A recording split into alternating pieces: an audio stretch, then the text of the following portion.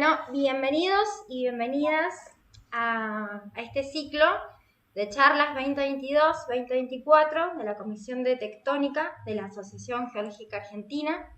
En esta oportunidad contamos con la participación del doctor Víctor Ramos, quien accedió muy amablemente a nuestra invitación con la charla titulada La geología del flat slab pampeano, evolución del concepto y problemas actuales.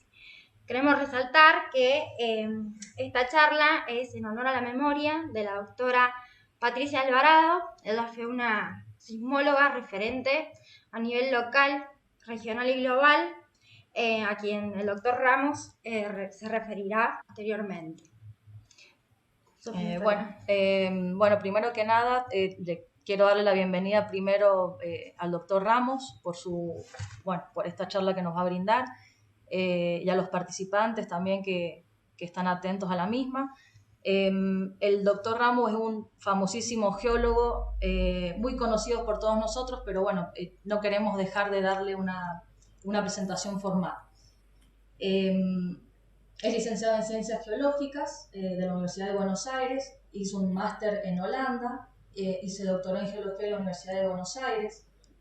Ha dedicado más de 50 años de su vida a la investigación de la geología de los Andes. Ha publicado un centenar de trabajos sobre la evolución tectónica de Argentina y de América del Sur.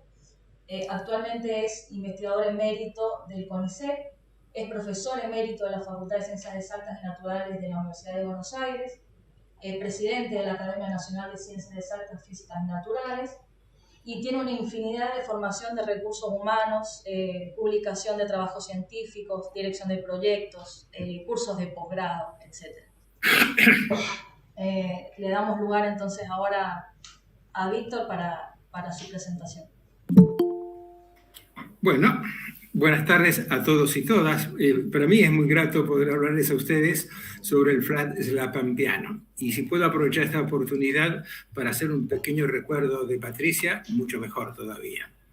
Aquellos que no conocen a Patricia, saben que el 19 de junio falleció y ella era una excepcional sismóloga. Fue licenciada en Geofísica en la Universidad Nacional de San Juan, magíster en Sismología de la Universidad de Chile, Philosophical Doctor en Geociencias de la Universidad de Arizona, hizo su tesis doctoral bajo la dirección de Susan Beck, una de las grandes referentes de sismología a nivel mundial. Fue una investigadora principal del CONICET y profesora titular de la Universidad Nacional de San Juan. Y ese año, justo poco tiempo antes de morir, la habían nombrado directora por primera vez una mujer del Instituto Nacional de Prevención Sísmica. Habíamos hablado con ella, estaba llena de ilusiones y llena de cosas que iba a poner en funcionamiento el Instituto Nacional de Prevención Sísmica. Es una persona que ha sido multipremiada por sus investigaciones y, lo que más importante, fue una excelente madre, una excelente persona y una muy buena amiga. Bueno, hoy vamos a hablar sobre los procesos geológicos que están vinculados con la horizontalización de la placa de Nazca en el margen continental.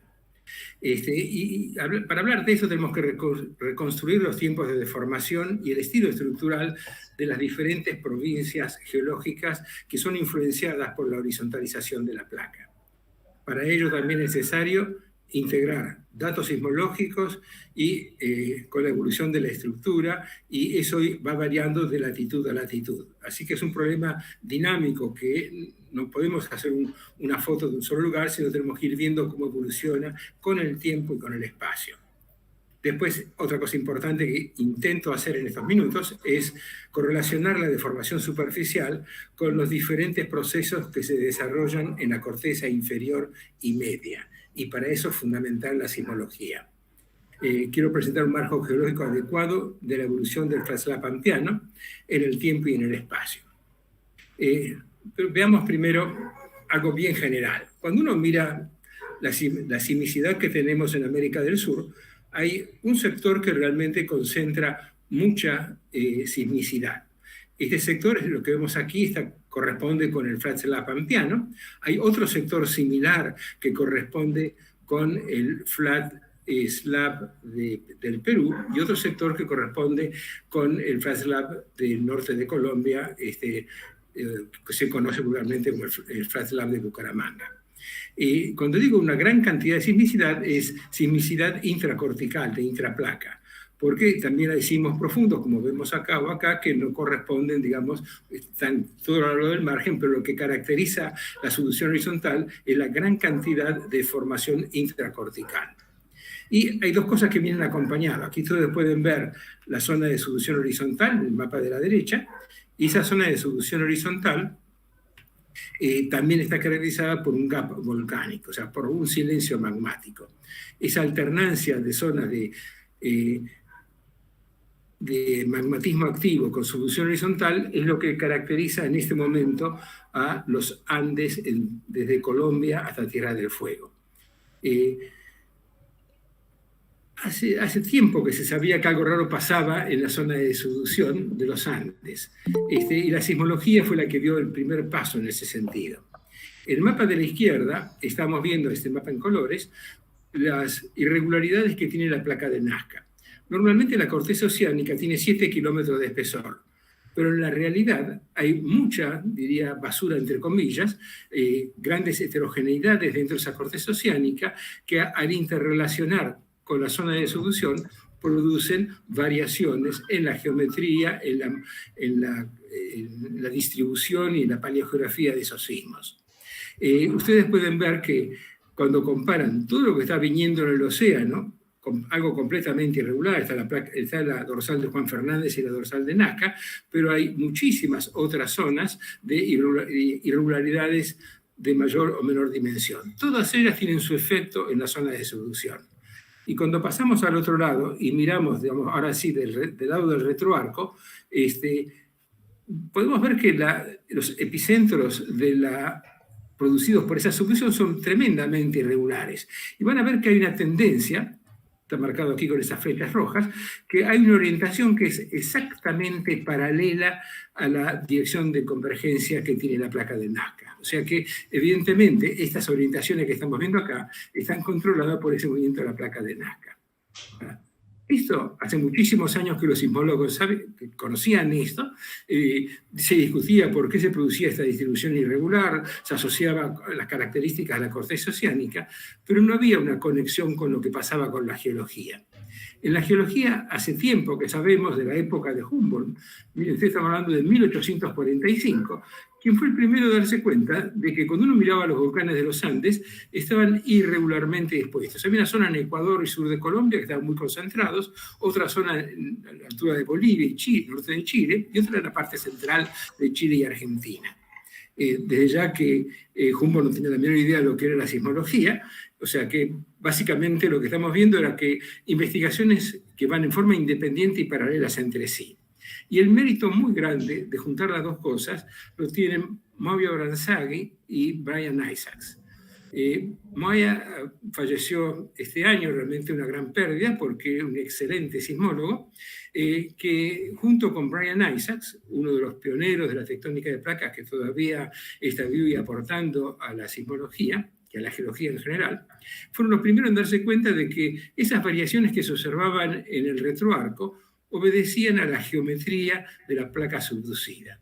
Ellos hablaron por primera vez de que esa flat subduction se integraba con segmentos donde no había volcanismo. O sea, asociaron la subducción horizontal con la falta de un arco volcánico.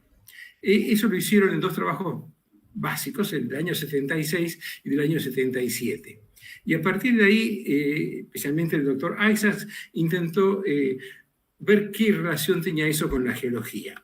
Y ahí es donde fuimos invitados por la Universidad de Cornell para hacer una serie de transectas y ver cómo fue la evolución geológica de cada sector. Primero tomamos un sector de subducción normal de 30 grados, que es, por ejemplo, lo que ustedes ven aquí en el norte de Argentina. Hicimos una serie de recorridos que, saliendo de Tucumán, pasábamos por Salta, San Antonio de los Cobres, el Salar de Hombre Muerto, Antofagasta, Antofalla. Dimos una vuelta general por todo el altiplano y la Puna, a estas latitudes, y pudimos ir viendo cómo iba variando las características de las diferentes provincias geológicas al norte y al sur de esta transecta. Eso fue complementado un par de años después con otra transecta en el medio de la zona de subducción horizontal. Y aquí, cuando hablamos de esta transecta, no tengo menos que recordar de que nuestro guía en la zona de Córdoba y el volcán Pocho ha sido el doctor Carlos Gordillo, que nos llevó, digamos, por primera vez a la cordillera oriental, nos mostró la evolución geológica y petrológica de la cordillera oriental y nos llevó a la zona del volcán de Pocho, que es la última actividad volcánica que tenemos en Córdoba asociada a la horizontalización de la placa. También fuimos a la zona de Piedepalo, y ahí estaba el profesor Llano, que era profesor de petrología de la Universidad de San Juan, que nos hizo una excursión muy, muy interesante, realmente que nos abrió los ojos un montón de procesos que ocurrían en la sierra de Piedepalo. Y esa zona de Piedepalo la combinamos con un estudio de la precordillera guiados por Bruno Valdis. Ahí lo pueden ver a Bruno Valdis enseñándole la geología de la precordillera, a Richard Nettinger, Teresa Jordan y parcialmente ocultada por Bruno, Susan Kay. Y tuvimos una semana recorriendo toda la precordillera, tratando de ir lucubrando nuestras interpretaciones. Cuando terminamos esa semana de recorrer la precordillera, dijimos a Bruno si quería compartir con nosotros el trabajo. Bruno dijo, no estoy de acuerdo con ustedes.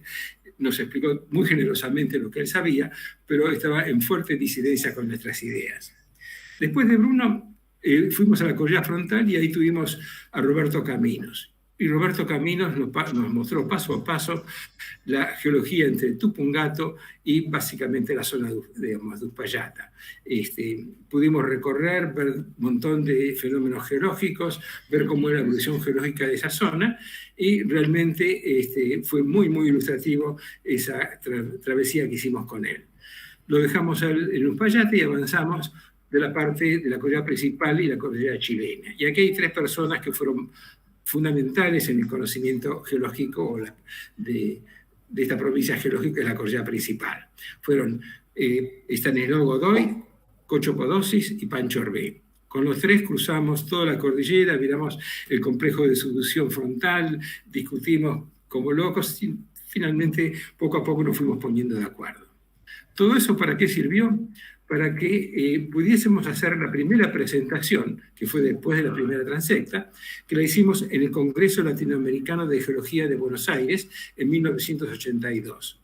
Como esto fue pocos meses después de la guerra, los norteamericanos que participaron en esta expedición no quisieron venir a Buenos Aires,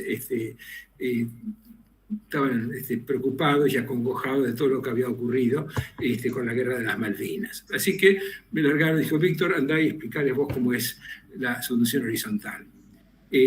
Sobre esta base hice esta presentación, que tenían unas cosas que todavía me recuerdo que eran muy, muy importantes.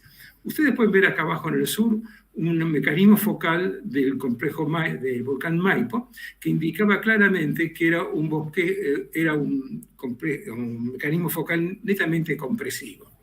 Y sabemos que el volcán Maipo ha tenido actividad cuaternaria, o sea que lo que estaba mostrando era que aún un volcán bajo el régimen compresivo podía tener actividad volcánica y que no necesitaba tener un relajo extensional para producirlo. Pero lo que más nos llamó la atención es el contraste entre los mecanismos focales de las sierras pampeanas y los mecanismos focales que teníamos en el norte argentino. Había una correlación 1 a 1 de las fajas plegadas y corridas del norte con los mecanismos focales y la zona, digamos, pampeana con otros mecanismos focales distintos.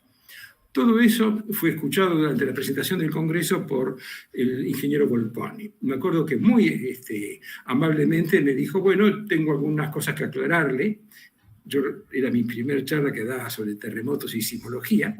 Y me dice, mire Ramos, una cosa que es fundamental, mire esto acá. El ángulo de incidencia de la losa oceánica siempre de 30 grados, aproximadamente 30 grados. Y eso es constante todo a lo largo del margen. Lo que sí varía es después de introducirse aproximadamente a los 100 kilómetros, empieza a haber geometrías diferentes. Pero tenga conciencia que siempre la zona de incidencia de la placa de Nazca es constante y a 30 grados. Y eso me enseñó, me aprendí mucho, porque continuamente, cuando uno venía a ejemplos como esto, uno ve que aquí tiene 30 grados y aquí tiene 20 grados, y el ángulo de incidencia generalmente lo toman de los 20 grados de la trinchera hacia la parte más profunda. Es un error que cometen los geólogos que no son sismólogos continuamente. Aquí vemos otro ejemplo también donde vemos que la zona de subducción horizontal que ellos proponen en este trabajo, son geólogos, no son sismólogos, es un ángulo de inclinación que de 10-15 grados llega hasta por debajo del arco con esa inclinación. Entonces, muy importante la enseñanza de Volponi, siempre la zona de subducción tiene una incidencia constante de 30 grados y la geometría varía después de los 100 kilómetros de profundidad. A partir de eso hicimos con Terry Jordan este esquema que ustedes ven acá a la izquierda y una reconstrucción de cómo eran las isomatas de la zona de subducción. Y ahí aprendimos muchísimo, porque todo lo que habíamos volcado en la transecta lo pudimos entender por qué ocurría, por qué no había magmatismo en la parte central, por qué había magmatismo al norte, por qué había todo un gran desarrollo de la faja plegada y corrida en el norte, que estaba ausente en la región central, y cuán diferente era la región al sur del fraslap pampeano. Fue un proyecto muy enriquecedor y los resultados de esos proyectos nos sirvieron para entender por qué se habían formado las sierras pampeanas asociadas a esa subducción horizontal. Fuimos uno de los primeros que dijimos que esta fue una respuesta a la horizontalización de la placa, el levantamiento de las sierras pampeanas. Además de eso, fue muy útil porque nos dimos cuenta, comparando las transectas, que, por ejemplo, los niveles corticales eran más profundos hacia el sur, y teníamos rocas metamórficas de mayor grado, de mayor profundidad, y que esto era exactamente, se producía en forma transicional, no era un cambio brusco. Había decenas de kilómetros donde se producía ese cambio de norte a sur. Y después de comparar un montón de mecanismos focales con zonas de trabajo en el campo donde podíamos establecer la emergencia de la deformación, tomamos una zona de cizalla, hacíamos un análisis estadístico y veíamos cuál era la emergencia de esa zona de deformación. Llegamos a la conclusión que en todo el borde occidental de las sierras pampeanas, y digo numerosas estaciones de medida, la emergencia era siempre top to the west y estaba dominada por la esquistosidad previa del basamento. Si el basamento inclinaba hacia el este, la deformación era top to the west. También pudimos darnos cuenta de que el basculamiento que tenían los bloques indicaba que estos se producían a una profundidad que variaba entre 15 y 20 kilómetros y que estaba asociada a una transición frágil dúctil. Todo esto fue muy revolucionario en el momento, nos impactó muchísimo, pero comenzando a estudiar un poco, vimos que González Bonorino, ya en el año 50, en su famoso trabajo, Algunos problemas geológicos de las sierras pampeanas, ya había dicho de que el metamorfismo pasaba lentamente desde el sur hacia el norte de rocas metamórficas a rocas sedimentarias, que a su vez esto estaba indicando diferentes niveles de profundidad. También Bonorino había dicho que la emergencia de la deformación estaba controlada por la esquistosidad. O sea, como la esquistosidad es dominantemente hacia el este, dominantemente la emergencia de las sierras pampeanas era hacia el oeste. Y por último, González Bonorino, sin hacer ningún cálculo, dijo, bueno, evidentemente los bloques se pueden bascular porque hay una transición frágil dúctil. Y ahí se nos cayeron las medias, porque realmente ya en el año 50 postulaba que tenía que haber una transición frágil dúctil para que los bloques de las sierras pampeanas puedan bascularse de la forma que están basculados. Por ejemplo, ustedes toman el bloque de la Sierra de San Luis, donde se ve la peneplanicie perfectamente bien, ven dónde empieza la rotación y pueden calcular fácilmente que esa rotación está entre 15 y 20 kilómetros de profundidad. Chapeau para el doctor Bonorino, realmente muy, muy preciso en sus puntuaciones. Ese trabajo nos dio tuvo mucho impacto, nos dio muchas referencias. ¿Por qué? Porque usamos las sierras pampeanas y la zona de subducción horizontal como ejemplo de lo que había ocurrido en la región larámica en Estados Unidos, y en esa región larámica de Estados Unidos, puestas las dos a la misma escala, se podía entender y realmente saber en tiempo real, porque acá estaba ocurriendo lo que había ocurrido durante la orogenia larámica en las Eastern Rockies, que es el mejor ejemplo que tenemos de las sierras pampeanas, a casi similar escala, y los tiempos de deformación. Realmente fue un trabajo que arrojó mucha luz a la geología de Norteamérica. El conocimiento siguió avanzando. Tenemos en el año, durante décadas hubo un montón de estudios sismológicos, y básicamente una cosa que empezó a llamar la atención es cuando veíamos los sismos intracorticales, nuevamente que había una gran concentración al pie de las sierras pampeanas, entre las sierras pampeanas y la precordillera. Acá tenemos un trabajo de Pardo y colaboradores, colegas chilenos, que están ilustrando cómo es la distribución de esos sismos. Pero poco a poco se vio de que entre esa gran cantidad de sismos intracorticales había una dirección dominante que estaba controlada por el paso de la dorsal de Juan Fernández. Eso cada día se sintió más evidente. Acá pueden comparar el trabajo que hicieron Cahill y Isaacs en 1992, que era una de las mejores isobatas a la zona a la corteza oceánica de Nazca, donde se veía un límite transicional hacia el norte y un límite mucho más abrupto hacia el sur.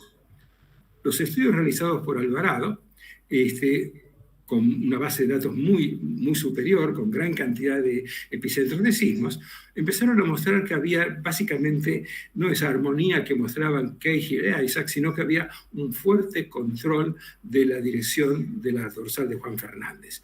O sea, los estudios de Patricia Alvarado y colaboradores de la Universidad de Arizona permitieron demostrar de que había a ese esquema de horizontalización de la placa una fuerte impronta del paso de la dorsal de Juan Fernández.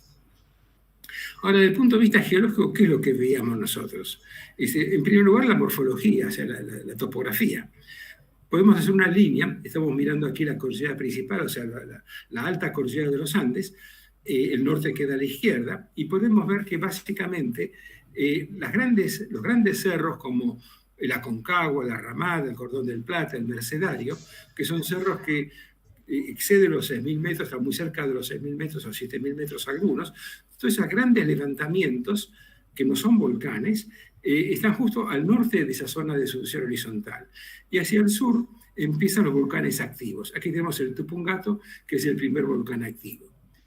También fue evidente que ese Flat Slab Segment no solamente controlaba el levantamiento de la cordillera principal, sino que también controlaba el levantamiento de la precordillera.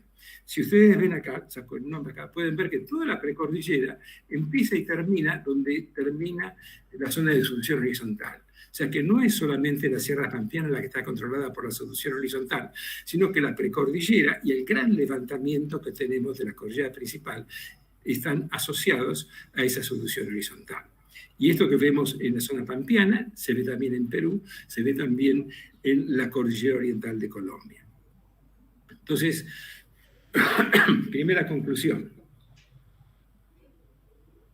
Las zonas más altas de la cordillera, aquí lo podemos ver en la Aconcagua, detrás está la Ramada y detrás a la izquierda está el volcán Mercedario, perdón, el volcán no, el Cerro Mercedario. Toda esta gran parte de los Altos Andes están en el centro de la zona de subducción horizontal.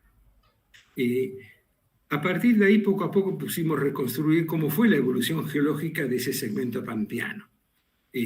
A través de trabajos de detalle de la cordillera principal, pudimos ver que la faja y plegada y corrida de la cordillera principal fue evolucionando, empezó a los 20 millones de años y a los 9 millones de años se fosilizó. Cuando se interrumpió la deformación en la cordillera principal, empezó la deformación de la cordillera frontal. Había tenido levantamiento previo, pero la gran deformación de la cordillera frontal se produjo a la latitud de los 33 grados que estamos analizando a los 9 millones de años. Y a esa latitud es cuando chocó la dorsal de Juan Fernández contra el margen continental. O sea, básicamente los Andes venían creciendo como todo el resto de la cordillera andina, hasta que la colisión de la dorsal produjo un fuerte levantamiento de basamento y se levantó la cordillera frontal. Ese levantamiento de la cordillera frontal incrementó pero, tremendamente el propagation rate, o sea, cómo se propaga el frente tectónico hacia el antepaís. Fíjense ustedes que cuando estaba en forma tranquila propagándose la cordillera principal, el propagation rate, o sea, la velocidad de propagación, era 2,5 milímetros. Pero cuando colisionó la dorsal pasamos de 2,5 a 13,3 milímetros de propagación. Y eso es impresionante, se aumentó muchísimo la deformación, dado el acoplamiento que hay entre la placa oceánica y la placa continental cuando se produce la subducción horizontal. Después de ese levantamiento sigue la deformación y se produce la precordillera, pero miren ustedes un hecho interesante. Si bien baja un poco, la velocidad de propagación es 3 o 4 veces superior a lo que tenía la cordillera principal. ¿Qué es lo que nos está mostrando este cuadro? Que básicamente el gran factor que produjo un gran acortamiento y un gran levantamiento de la cordillera comienza realmente con la colisión de la dorsal de Juan Fernández contra el margen. Ahora, si pasamos un poquito a la sismología, vamos a ver que toda esta zona de subducción horizontal, que es la zona de máxima actividad sísmica, donde tenemos la mayor frecuencia de epicentros, coincide uno a uno con la presencia de las sierras pampeanas. Esto produjo el desarrollo, la evolución básicamente de la cordillera principal, como recién mencionábamos, también la evolución posterior de la precordillera y, por último, el levantamiento de las sierras pampeanas. Así que, si uno analiza los procesos geológicos que llevaron a esto, rápidamente puede entender cómo fue la respuesta cortical de la corteza superior con respecto a la subducción de la zona horizontal. Y aquí vemos un esquema estructural de la faja plegada y corrida de la Aconcagua, hecha por Segarra, fue su tesis doctoral, que nos demostró que entre los 20 y los 9 millones de años se produjeron como 60 kilómetros de acortamiento de forma epidérmica y que hay una fuerte discordancia entre las rocas volcánicas y estas rocas previamente deformadas. Esto se contempla muy bien en el frente tectónico de la cordillera principal. Aquí tienen ustedes, por un lado, el grupo Mendoza neocomiano que está cabalgando al conglomerado de Santa María. Y ahí ven un nivel de toba. Este nivel de toba que ustedes ven aquí blanco tiene 8,6 millones de años.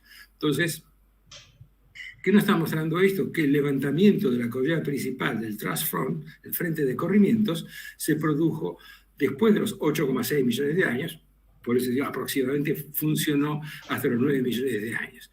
Después de este levantamiento, quedó fosilizado, no hay más actividad tectónica, o sea, no siguió avanzando el frente de corrimiento porque en esta edad empiezan a sentirse las evidencias de la colisión de la dorsal de Juan Fernández.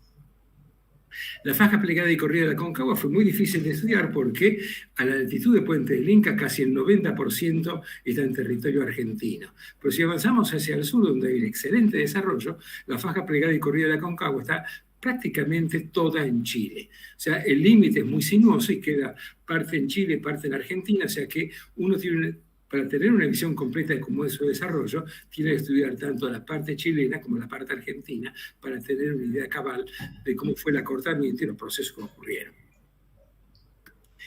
Cuando hablamos de la precordillera occidental y central y oriental, o sea, las divisiones clásicas que tiene la precordillera, vemos que su comportamiento es también muy diferente. Tenemos una precordillera occidental y central que a la latitud del río San Juan son absolutamente epidérmicas. No está afectado el basamento.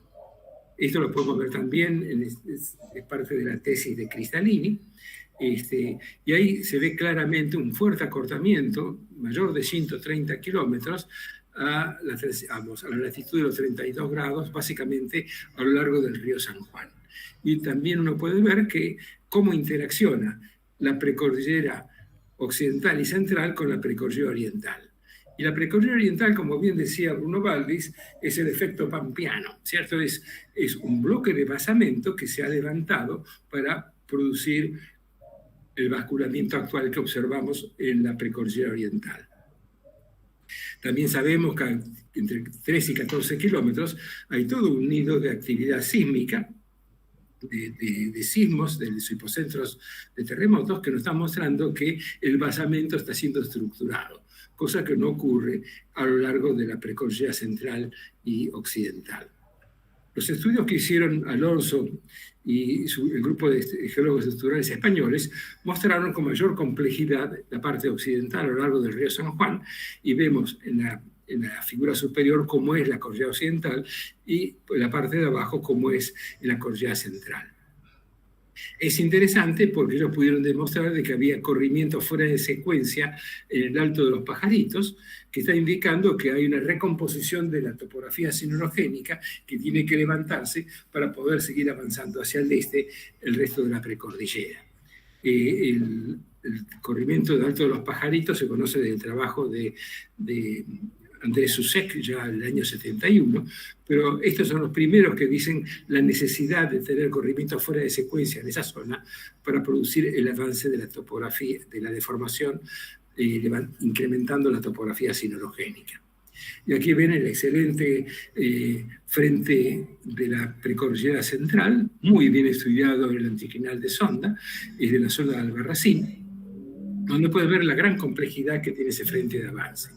Nuevamente, ese frente de avance está despegado en forma epidérmica de las calizas cámbricas. Y aquí pueden ver ustedes una reconstrucción de esa deformación. Es muy grande, es del orden en conjunto cerca de 140 a 150 kilómetros, y ustedes pueden ver en la fotografía de la izquierda la gran discordancia que tenemos entre rocas carboníferas y los conglomerados de la formación Mogna, que están indicando que hubo una deformación muy importante de las rocas paleozoicas antes de depositarse la formación Mogna. Si vamos un poco más al norte, más hacia el sur, a la precordillera de Mendoza, a la altura del Cerro Salinas, acá tenemos una excelente sesión estructural hecha por Marcelo Segarra en el año 97. Vemos que si tratamos de reconstruir a lo largo de esta línea entre el Cerro Salinas y la precordillera occidental la deformación, tenemos nuevamente otra faja plegada y corrida epidérmica en lo que hace la precordillera central y occidental, pero absolutamente con involucramiento, de thick skin, o sea, con involucramiento del basamento en la zona de la Sierra de Pedernal y la zona de la falla del Cerrito Salinas. Entonces, esa zona tiene una importante deformación de basamento que no tiene el resto de la precordillera central y occidental. En los últimos años hay un trabajo muy interesante de Patricia Alvarado que muestra que, acá les muestro, acá está la Sierra de las Osamentas en la parte central de esta zona. Esa Sierra de las Osamentas que vemos acá, lo que es interesante es que si bien es interpretada como una zona epidérmica, Patricia Alvarado encontró que por debajo de la falla principal de la Sierra de las Osamentas había una gran cantidad de deformación intracortical. O sea, esos hipocentros nos están marcando que a una profundidad entre 10 y 15 kilómetros hay una gran actividad. ¿Qué es lo que indica eso? Que en San Juan era netamente epidérmico, pero a medida que vamos yendo hacia el sur, cada vez se involucra más el basamento. Aquí no vemos todavía la ruptura del basamento, pero pocos kilómetros más hacia el sur, en la zona ya a la altura de Mendoza, encontramos que la precordillera no es ya más una faja plegada y corrida, sino que realmente es una faja que involucra el basamento. Esa deformación también va de norte hacia el sur, por lo menos en San Juan. En la zona de la Junta empezó a los 16 millones de años, en la zona del Río Azul a los 11, en Albarracín a los 9, y en Mendoza con seguridad es menor de 6. ¿Cómo sabemos esto? Y básicamente por el estudio que hizo Terry Jordan de las secuencias siderogénicas, o sea, de las cuencas de antepaís. Eso nos permite reconstruir cuándo fue la incepción de la deformación, cuándo empezó la subsidencia de la cuenca y cómo eso cada vez se hace más joven hacia el sur. Otra cosa muy importante que tenemos para caracterizar la zona de solución pampeana es la velocidad, el campo de velocidades de GPS, cómo se mueve la corteza más superficial medida por GPS. Y aquí hay una correlación directa. El lugar donde se absorbe toda la deformación en este sector de acá corresponde al lugar de máxima actividad intracortical. Si vemos esto en una sección, podemos ver que de golpe cae la velocidad, la velocidad del campo de velocidad de GPS, ahí justo donde cae es el frente orogénico. ¿Y dónde está ese frente orogénico? Justo donde cae la velocidad, básicamente en la interacción entre la precordillera y las sierras pampeanas. pasamos de velocidades cercanas a 7, 8, hasta 10 milímetros por año a casi 0. O sea, cae a 5 y después casi a 0. O sea, toda la deformación empieza a ser absorbida en forma permanente por las sierras pampeanas. Y en el mapa acá de la derecha, preparado por Brooks, ven que hay alguna deformación medida por GPS en las sierras pampeanas, pero es mínima, es un orden de magnitud inferior a lo que ocurre en la precordillera y aún mucho más inferior de lo que ocurre en la cordillera principal o en el margen chileno. Entonces, el GPS nos está indicando exactamente dónde se produce la absorción de la velocidad de deformación dada por GPS, o sea, hasta dónde acaba el movimiento de la corteza más superficial. Y esto coincide con los estudios realizados en el Cerro Salinas. Recién demostraba, acá pueden ver que está el Cerro Valdivia, y al sur del Cerro Valdivia tenemos básicamente el Cerro Salinas. Cerro Valdivia queda en San Juan, a lo largo de la Ruta 40, cuando llegamos casi al límite, o apenas pasando el límite con Mendoza, tenemos el Cerro Salinas. Y el Cerro Salinas es un laboratorio excelente. ¿Por qué? Porque tiene muy buenas líneas sísmicas, tiene algunas dataciones y nos permite ver cómo es el comportamiento de las secuencias previo a la deformación, sin deformacionales, y tenemos un sinclinal frontal que nos está contando la historia de la interacción entre la precordillera y las sierras pampeanas. Vemos aquí, entonces, dos grandes secuencias, una de pre-growth y otra de growth. Vamos a verlo en detalle. Aquí tenemos el basamento metamórfico. Aquí tenemos una parte de la secuencia sedimentaria terciaria que es absolutamente paralela a la discordancia que la separa del basamento metamórfico. Y más arriba aquí tenemos una secuencia que se acuña, que forma un triángulo de crecimiento característico, que cuando proyectamos el triángulo de crecimiento llega a la superficie, lo que nos está indicando que la deformación es todavía activa, es un fallamiento realmente activo. Pero cuando analizamos en detalle la secuencia de precrecimiento, ¿qué es lo que observamos? Que en este sector de acá han sido erosionadas. Ustedes pueden ver aquí, en la sección de la derecha, cómo la secuencia está decapitada, está cortada por la erosión al pie de los estratos de crecimiento. ¿Qué indica esto? Que el sector central de este levantamiento en algún momento llegó a la superficie y empezó a ser erosionado. Después bajó la velocidad de levantamiento y fue rellenado, cubierto por las secuencias sedimentarias.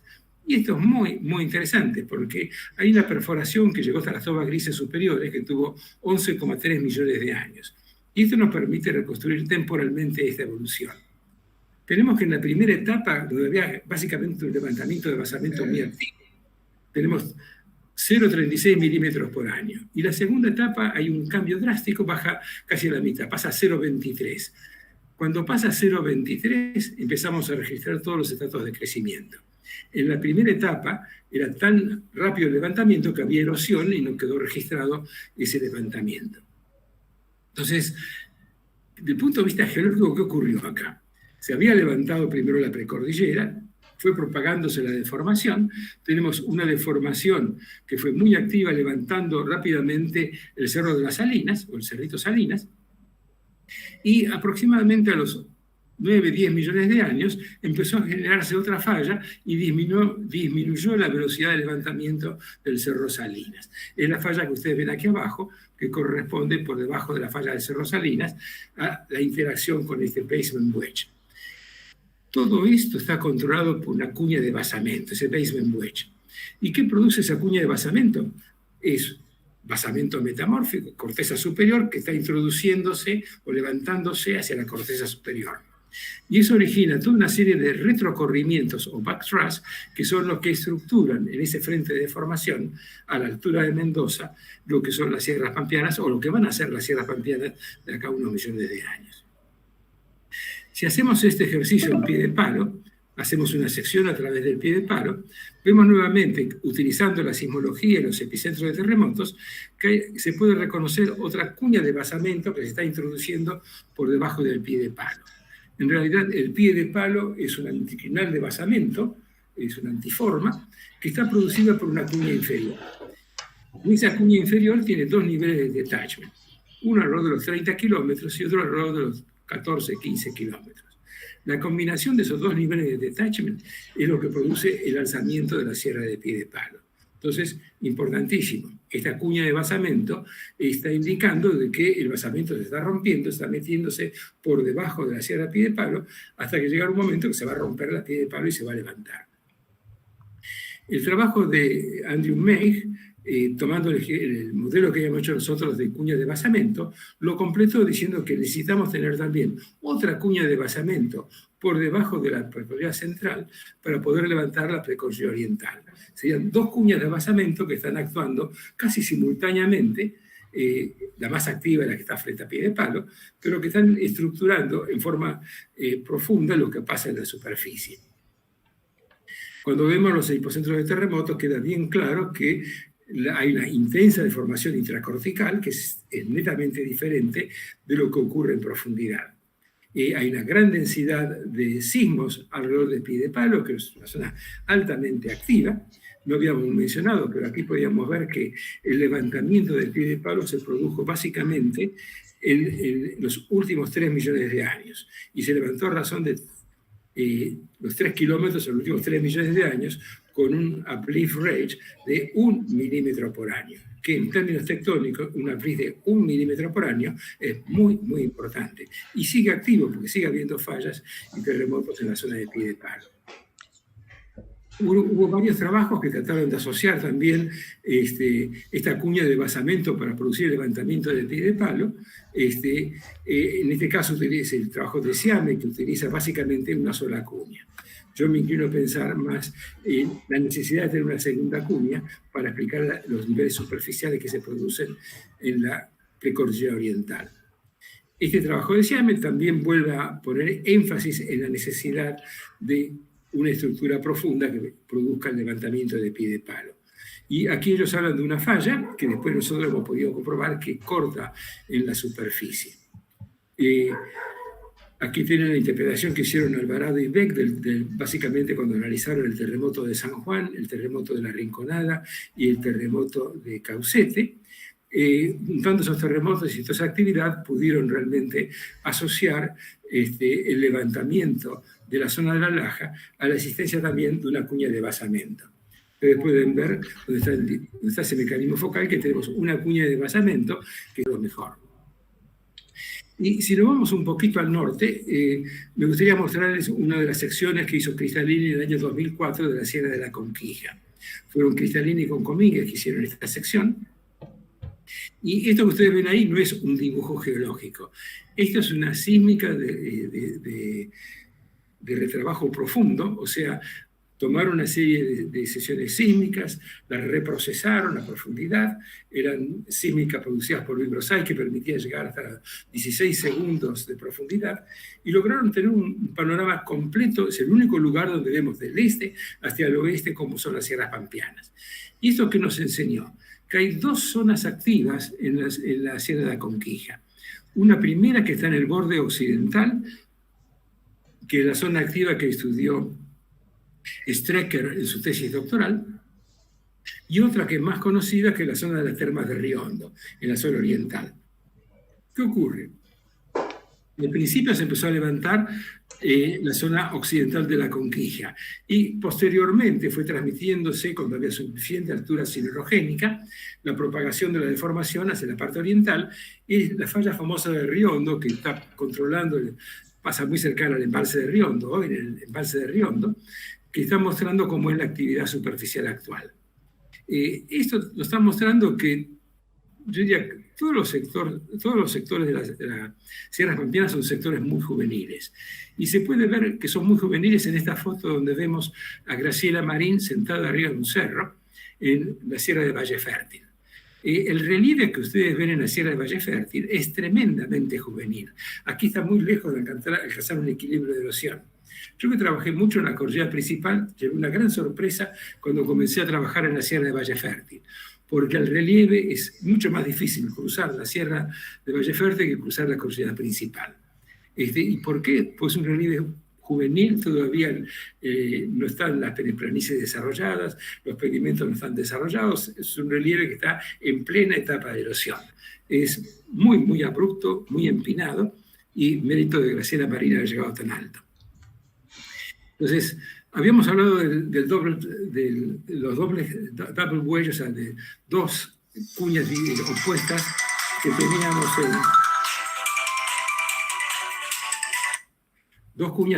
teníamos en la Sierra de Aconquija. Es importante tener presente entonces que hay dos fajas activas, una empezó antes y otra sigue actualmente más activa, y ahí en rojo tenemos marcados cómo es el volcanismo sintectónico y posttectónico de esta sierra. Y esto es un detalle muy interesante, porque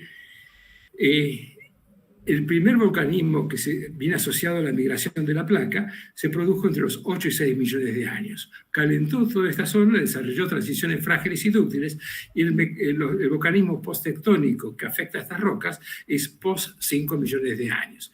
¿Qué quiere decir esto? Que la Sierra de Aconquija se empezó a levantar a los 5 millones de años y tiene todavía tiene un levantamiento activo que empezó en el borde occidental y sigue todavía en el borde oriental muy fuertemente.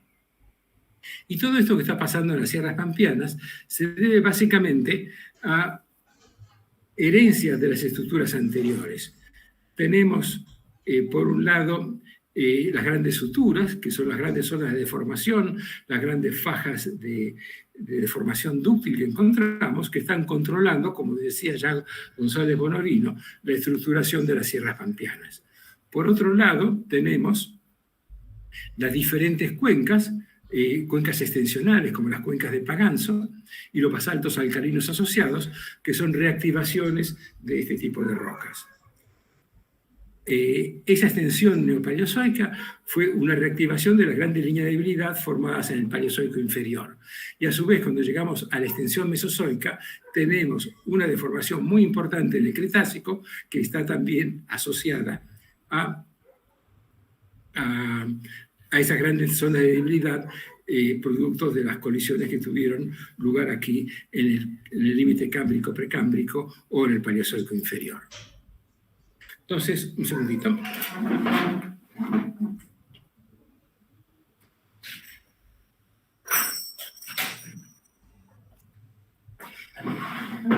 Cuando miramos a las sierras pampeanas, por ejemplo, a la altura de Catamarca, vemos que lo dominante son fallas, convergencia hacia el oeste, y que son absolutamente paralelas a la fábrica esquistosa que tienen estas rocas. Lo mismo se observa cuando vamos a las sierras de Córdoba. La sierra de Comechingones tiene la misma vergencia. Pero cuando miramos así en superficie el volcanismo en las sierras de Córdoba, vemos que en el campo volcánico de Pocho empezó a formarse entre los 7,6 y 4,7 millones de años. A los 5 millones de años se produjo el levantamiento del bloque, y el volcanismo posttectónico o post-levantamiento es más joven, cercano a 4 millones de años. Esta historia se puede ver no solamente en las sierras de Córdoba, sino que el arco magmático, cuando migra, debilita el antepaís, forma transiciones frágiles y dúctiles, y eso permite la formación que se produzca la deformación. Nuevamente, es casi aburrido volver a repetir que lo mismo ocurre con el produjo en las sierras pampeanas. O sea, llega el magmatismo que migra, al migrar calienta la corteza, desarrolla transiciones frágiles y dúctiles, y aquí vemos cómo ha ido avanzando el magmatismo hacia el este, y a los 1,9 es la última gota de magmatismo, y cerca de los 2 millones de años se produce el levantamiento de la Sierra del Morro. La Sierra del Morro, si bien es pequeña, su respuesta magnética es muy importante, y que indica que hay suficientes rocas consolidadas por debajo del anillo anular que caracteriza la parte más alta de la Sierra del Morro. Esto se produce a 750 kilómetros de la trinchera. Entonces, recapitulando un poco, podemos ver que hay una expansión y migración del magmatismo en la región de la subducción pampeana. Hay una continua expansión hacia el este del magmatismo y una migración de norte a sur. Estas dos, la migración y la expansión, están indicando dos procesos que están ocurriendo al mismo tiempo. Se va horizontalizando la placa, y a medida que se horizontaliza va migrando hacia el sur. Y esa es la respuesta, el magmatismo, a esos dos procesos asociados. Y esto es lo que formó básicamente las sierras pampeanas. Como un subproducto de los trabajos que hicieron la gente de Arizona y básicamente con la participación de Patricia Alvarado, además de conocer qué es lo que pasaba en la solución horizontal, pudo determinar la presencia de bloques que tenían diferentes velocidades sísmicas en sentido horizontal. Y eso le permitió reconocer el bloque de Cuyania, el bloque de Pampia, el cratón del Río de la Plata, como subproducto de los estudios de la oxidación de la placa. Ustedes pueden ver aquí un trabajo de Alvarado en 2007, donde queda muy bien indicada la existencia de zonas de alta velocidad, como varían de este a oeste en cada uno de los diferentes terrenos acrecionados por debajo de lo que son actualmente las sierras pampeanas. Hay un trabajo reciente de Almirati, también hecho con Patricia, donde pueden ver que en el basamento está clarísima la cuña de basamento que se forma, que está levantando Pampia por debajo de la sierra de Valle Fértil. Entonces, estos estudios sismológicos combinados con el conocimiento geológico de superficie nos permiten reconstruir esta historia de deformación usando sismología, geología estructural y petrología de las rocas volcánicas. En los últimos años hubo nuevos condicionamientos a este desarrollo y esos condicionamientos vinieron básicamente hechos en parte por Mark McGroder del grupo de Arizona y por Horton del grupo de la Universidad de Texas. Ambos han propuesto que realmente estamos en presencia de una cosa muy compleja cuando analizamos la zona de subducción desde Colombia a Venezuela. ¿Y qué es lo que da la complejidad? Que hay una alternancia de altos con cuencas que tienen su repercusión a lo largo de todo su desarrollo. Especialmente en el trabajo de Horton, él indica muy claramente que donde están los diferentes terrenos tenemos un diferente desarrollo que está asociado también a la zona de subducción. O sea que no solamente la propuesta que hace McGroder y también que sigue Horton, no solamente la geometría de la placa está controlando estos levantamientos, sino que también la historia paleozoica produce un acentuamiento de la deformación por las diferencias características de la parte superior de la corteza. Y aquí vemos combinado todo esto como lo que fue una cuenca antepaís paleozoica inferior vuelve a ser una cuenca reactivada en el Cenozoico durante el periodo de horizontalización de la placa. Entonces ven que a lo largo de los Andes tenemos segmentos donde se sobreimpone lo que es la geometría de la zona de subducción con respecto al desarrollo de las cuencas de antepaís. Falta destacar nada más que acá al sur, donde dice Chile Ridge, no tenemos horizontalización de la placa, sino tenemos una ventana, una stenospheric window, o sea, una slab window, que produce la subducción de la dorsal activa. La dorsal de Nazca es una dorsal sísmicamente no activa, el Carnegie Ridge es no activo, la de Juan Fernández no activo. Pero el Chile Ridge es una dorsal sísmicamente activa y la respuesta a esa subducción de una dorsal activa es muy distinta a una que no es activa. Les recomiendo que lean el trabajo de Horton de este año, hay dos trabajos muy interesantes, este de aquí publicado en la Geological Society of London. ¿Qué es lo que propone Horton en este caso en la subducción horizontal? Él dice que tradicionalmente el levantamiento de una cuenca de antepaís se producía donde teníamos un peripheral bulge o un dorso periférico. Él dice que en la subducción horizontal hay un amortiguamiento de la subsidencia producido por el contacto con la losa horizontal. Entonces tenemos que hay un levantamiento también de la cuenca, o sea, no hay un hundimiento tan rápido como cuando tenemos una subducción normal. El trabajo es muy interesante, recomiendo que lo lean porque permite dilucidar el levantamiento que se produce y el equilibrio que hay entre el levantamiento y la subsidencia, cómo se genera ese espacio de acomodación en función de la geometría de la placa subducida. Durante muchos años se había tomado el trabajo de Bucher como una excelente explicación de que la cuña stenosférica recién tomaba contacto al este de las sierras de Córdoba, y eso explicaba por qué una losa ya deshidratada no producía magmatismo en las sierras de Córdoba. Hoy día sabemos que esta geometría no es tan así. Hay un par de tesis posteriores que se hicieron que demuestran que la cuña astenosférica está mucho más hacia el oeste. Esto brinda nuevas alternativas. Quizá en otra charla podemos discutir un poco mejor cómo son esas alternativas y qué variaciones presentan. Finalizando, tenemos que esta evolución de las sierras pampeanas y de la subducción horizontal de las sierras pampeanas empieza a los 20 millones de años en el segmento norte, se va propagando entre los 20 y los 16 en el norte, entre los 15 y 9 en el sector central.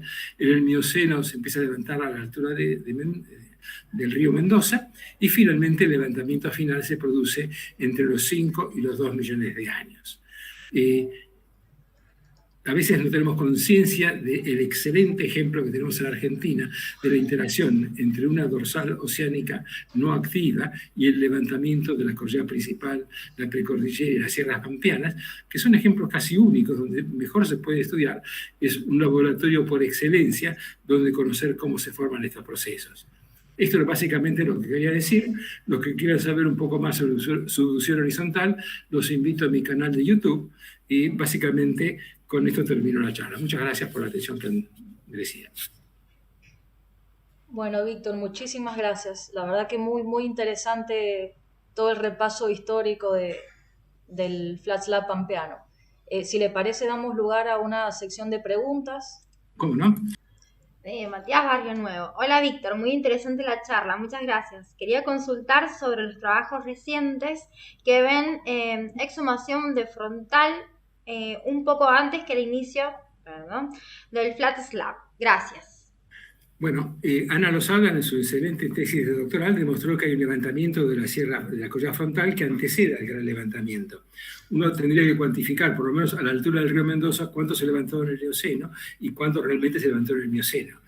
Un dato que es muy interesante, que cuando hubo ese pequeño levantamiento de Eoceno, a la altura del río Mendoza, hacia el norte es mucho más importante, también hubo un levantamiento en las sierras pampeanas orientales.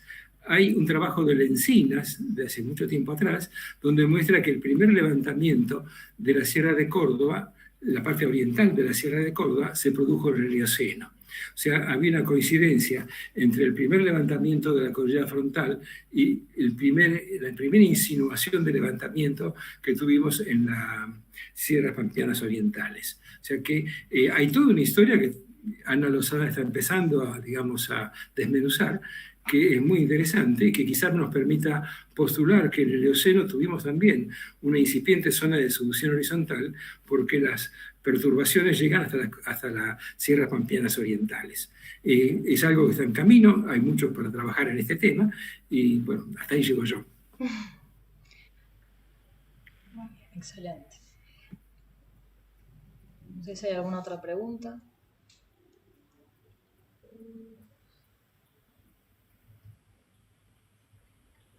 Bueno, yo tengo una pregunta.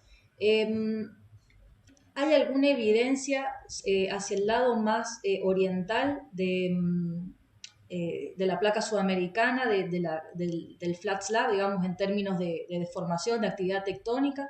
¿Cuál es el registro más oriental que se puede vincular a la actividad tectónica con el Flat Slab?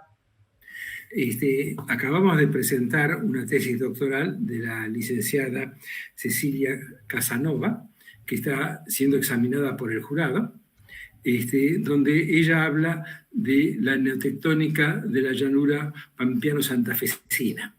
Y es muy interesante porque a partir de la laguna de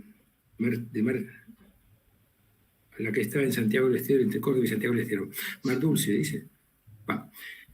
A partir de esa laguna, una laguna grande que no me viene en la memoria ahora, hay evidencias de neotectónica, que ya hay varias tesis doctorales que han mostrado que hay neotectónica ahí, arrancando con los trabajos de la Pierina Passotti ya en la década del 40. Mar Chiquita. ¿Cómo? Mar Chiquita, dice la laguna de Mar Chiquita. Sí. Bueno, y la laguna de Mar Chiquita, ya de la época de la doctora Passotti, muestra que tiene evidencias de levantamiento neotectónicas. Y si bien se levantó 10 metros, la doctora Pasotti siempre decía que hay que multiplicar por 100 los rasgos fisiográficos en la Pampa para tener idea de la importancia. Decía, si tiene 10 metros de levantamiento, son casi 1000 metros de levantamiento en la cordillera. O sea que hay importante tectónica en la borde oriental de Mar Chiquita. Eso fue estudiado en detalle por Brunetto, y Brunetto corroboró perfectamente y incrementó el conocimiento de esa actividad neotectónica. A eso se le suma ahora el trabajo de Cecilia Casanova, que no lo quiero contar porque básicamente en los próximos, calculo, semanas va a estar presentado en la UBA, pero que realmente encontró evidencias de neotectónica a lo largo de la zona de solución horizontal que llegan hasta el río Paraná y se integran un poco todavía al este del río Paraná. O sea que yo diría, si bien los trabajos de GPS han demostrado que se absorbe la deformación drásticamente en el límite, hay una deformación remanente. Y esa deformación remanente es la que produce la neotectónica en el borde oriental de las sierras pampeanas, que produce la neotectónica en la laguna de Mar Chiquita. Lo que pasa es que esas fallas, comparadas a las que tienen ustedes en San Juan, son día y noche, o sea que Claro, sí. son fallas que tienen una recurrencia que de 300, 400 años o 1000 años, son fallas muy... con muy Más tranquilas. Muy baja recurrencia, pero que sigue viendo. Es interesante porque eso se ve exactamente en el cinturón pampeano. O sea, donde hay solución horizontal se ve esa neotectónica. Si nos alejamos hacia el norte y hacia el sur, desaparece esa neotectónica. Exacto. Sí, y por otra parte también quizás la falta de cobertura de estaciones sismológicas hacia el lado oriental no permite detectar la sismicidad de menor tamaño que seguramente está presente en ese sector, lo cual también ayudaría a la geología de superficie. Con seguridad, y estoy 100% de acuerdo con vos. Y le invito en un par de semanas que visiten el canal de YouTube, que estamos subiendo un video que ha preparado la doctora Leda Sánchez Bertucci, que es la encargada de sismología de la República Oriental del Uruguay, donde ha estado compilando todos los sismos de la época de Cabeza de Vaca y de 1540 y algo, que hay registros de sismicidad. Y es interesante porque eso nos está mostrando que hasta hubo maremotos, tsunamis en el Río de la Plata asociados a esa actividad. O sea que es una actividad de intraplaca, no tiene la notoriedad que tienen ustedes, pero el trabajo meticuloso que está haciendo Leda Sánchez de Bertucci de ir registrando toda esa sismicidad, son sismos que llegan a 3 o 4 a lo máximo, pero hay muchos sismos de 1, 2, 2,5, y los está ubicando, y estamos viendo que hay una gran actividad, gran entre comillas, que está asociada a esa deformación de intraplaca. Claro, sismicidad de tamaño pequeño a moderado, que en cantidad quizás es bastante y no tanto en su magnitud. Exactamente. Tengan presente, un par de semanas lo vamos a subir al canal de YouTube y lo van a poder ver en detalle. Sí. Bueno, acá el doctor Costa quiere hacer algún comentario. Le damos lugar. Adelante. Hola, Víctor, colegas. Más que un comentario, es una pregunta. Uno siempre visualiza el levantamiento de Pampeanas asociado, o el último levantamiento asociado a todo lo que es el barrido que la dorsal de Juan Fernández viene haciendo de norte a sur. Ahora, cuando uno proyecta esa traza actual, de la posición actual al menos, da una línea Piedepalo, Chepe, Salinas de Ambargasta. Eso deja por el sur a las sierras de Córdoba y San Luis. O sea que si seguimos las isoipsas de eso, ¿cuál es la relación de las sierras de Córdoba y San Luis con lo que sería el flat slab ortodoxo o tradicional? Necesitaríamos hacer una sección norte-sur, que no tengo ninguna hecha, pero si hacemos una sección norte-sur, vamos a ver que la zona de máximo levantamiento producida por la entrada de la dorsal coincide con lo que vos decís, esa zona. Pero a su vez ese levantamiento es menor, pero también se levantó la parte hacia el sur, lo que sería la zona de San Luis, la Punta de la Sierra, la Sierra de los Venados, toda esa parte, esos pequeños levantamientos que hay más hacia el sur. O sea que el eje es la zona de máximo levantamiento, pero hay levantamientos tanto al norte hacia el sur de menor magnitud, y se va desplazando muy lentamente ahora que está casi, no digo ortogonal, pero está muy, muy paralela a la dirección de convergencia. El movimiento hacia el sur es muy lento. Antes lo había hecho con mayor velocidad porque estamos en la parte oblicua de la dorsal. Pero sí, ocurre. ¿Podría explicar la relación entre el flat slab y el broken foreland cerca de las sierras pampeanas? Bueno, por definición, cada vez que se produce un flat slab y se alcanza la horizontalización de la placa, se produce un broken foreland, o sea, se rompe el antepaís. Y esto es una especie de sinsentido, porque normalmente uno define el antepaís como una zona no deformada. Entonces, uno en cualquier cordillera dice, acá tenemos el frente de corrimientos de la cordillera y aquí tenemos el antepaís que no está deformado.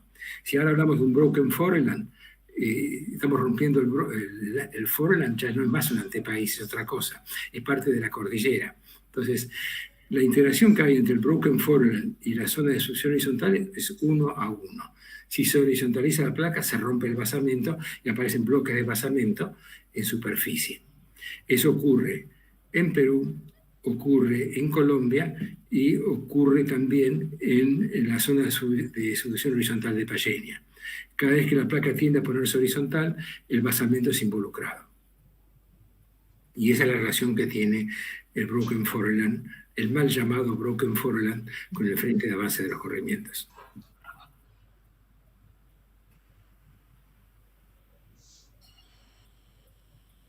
Bueno, acá hay un comentario, primero el colega Michel Pons, que quiere agradecerle por su charla, hace una pregunta que dice, ¿cómo se puede vincular la deformación, el inicio de la deformación en sierras pampeanas, aproximadamente 21 millones de años, con la llegada del flat slab 9 millones de años después? Bueno, eso pasa porque están pensando siempre, hago una latitud diferente. Cuando uno habla de 20, estamos hablando de la parte norte, donde empiezan a levantarse las primeras sierras pampeanas por tipo thick skin, y quizá eso arranca quizá antes todavía que llegue la zona de subducción horizontal. O sea que es importante cuando hablamos de latitud. A los 11 que dice el pregunta, eso ocurrió en San Juan. En San Juan no se levantó a los 20, se levantó mucho más al norte. Eso. Y en Mendoza empezó a levantarse a los 9. O sea que es diferente el timing de cada zona. Por eso cuando uno habla tiene que decir siempre a tal latitud empezó tal época y chocó a tal época. También hay un time lag, o sea, entre que empieza la colisión y empieza a haber deformación, no es choque inmediatamente se levanta todo, sino hay varios, un par de 2 o 3 millones de años hasta que tenga la respuesta estructural. Exacto, perfecto. Bueno, y una preguntita más del doctor Guido Gianni, que dice, Víctor, muy interesante la charla, muchas gracias. ¿Cuál cree que es todavía el aspecto menos comprendido de la historia del flat slab pampeano, según su opinión? Bien, hay varias cosas incomprendidas. Una de ellas es la hipótesis de Booker, que la cuña xenosférica era justo donde se producía, donde la placa se hundía. Eso no es cierto, aparentemente. Entonces, algunos hablan que hay un slab break-off y se produjo mucho más hacia el oeste. Eso habría que estudiarlo bien para ver exactamente cómo es. Es muy complejo. Lo otro es, del año 85, con los colegas chilenos, sismólogos chilenos, empezamos a estudiar cómo era el límite sur de la zona de subducción horizontal, o sea, la parte al sur de San Luis.